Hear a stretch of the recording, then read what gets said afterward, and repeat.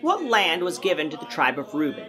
This is the question that we seek to answer today as we continue our verse-by-verse study of the book of Joshua on Walking Through the Bible.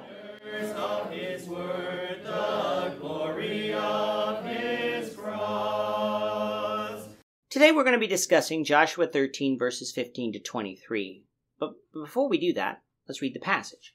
If you have a Bible with you, turn to Joshua 13 verse 15. But if you don't have a Bible, don't worry. Just follow along with us on the screen. The version that we'll be reading from is the New King James Version. So Joshua 13, beginning at verse 15. And Moses had given to the tribe of the children of Reuben an inheritance according to their families. Their territory was from Aroer, which is on the bank of the river Arnon, and the city that is in the midst of the ravine, and all the plain by Medeba, Heshbon and all its cities that are in the plain, Dibon, Bamoth, Baal, Beth Baal, Meon, Jehazzah, Kedmioth, Mephaeth, Kirjathaim, Sibmah, Zerath Shehor, on the mountain of the valley, Beth Peor, the slopes of Pisgah, and Beth Jeshmoth.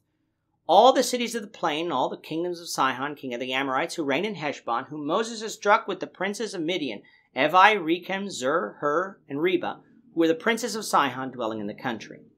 The children of Israel also killed with the sword Balaam, the son of Beor, the soothsayer, among those who were killed by them. And the border of the children of Reuben was on the bank of the Jordan. This was the inheritance of the children of Reuben, according to their families, the cities, and their villages. The main war in Canaan is over, and Israel has proven victorious through the power of God. Now, just because Israel was overall victorious didn't mean that there still wasn't work to be done in driving out all the peoples of the land, just that they had sufficient control of the land to now divide it up, with each tribe now in charge of clearing their own territory, rather than the whole army of Israel doing so. The dividing up of the land will take us through the end of chapter 21, so while it might be tempting to want to skip this section due to all the hard-to-pronounce names and places, at least reading through this section will help us identify some places further on in our Old Testament studies, so that will be important to do. We will be adding maps and pictures that will hopefully make it easier to visualize what we're talking about. The rest of chapter 13 is dealing with what already has been given to the tribes of Reuben, Gad, and the half-tribe of Manasseh by Moses. We read of this in Numbers 32, verses 33 to 42, which said, So Moses gave to the children of Gad, to the children of Reuben, and to the half-tribe of Manasseh, the son of Joseph, the kingdom of Sihon, king of the Amorites, and the kingdom of Og, king of Bashan, the land with its cities within the borders, the cities of the surrounding country. And the children of Gad built Dibon and Ataroth and Aroer and Atroth and Shophan and Jazer and Jogbehah, Beth Nimrah and Beth Haran, fortified cities and folds for sheep.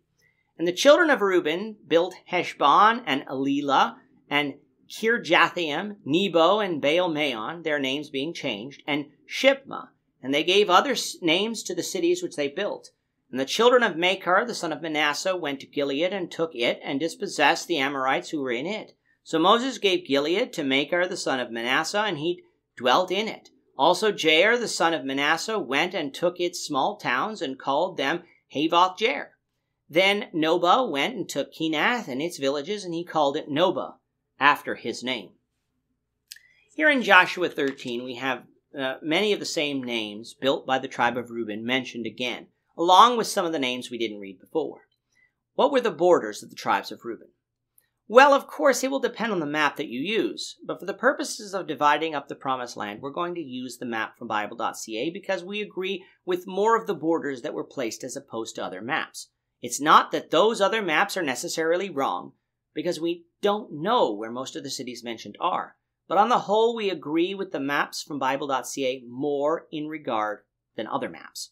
Reuben's territory began down at the Arnon River, which formed its southern border with Moab.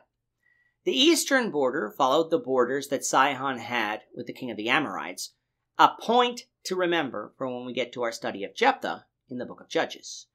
Their western border was, of course, the Jordan River.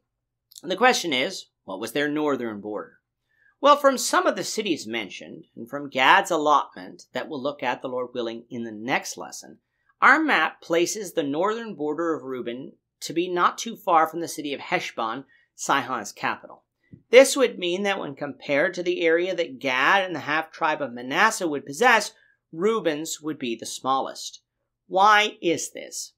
Well, remember Jacob's promise to Reuben back in Genesis 49, verses 3 and 4? If we go back and read that, we would find, Reuben, you are my firstborn, my might and the beginning of my strength, the excellency of dignity and the excellency of power. Unstable as water, you shall not excel. Because you went up to your father's bed, then you defiled it. He went up to my couch. This right here is where Reuben lost the birthright, a birthright that would go to the tribe of Joseph through Ephraim and Manasseh. But the land that Reuben got wasn't barren. It was good land.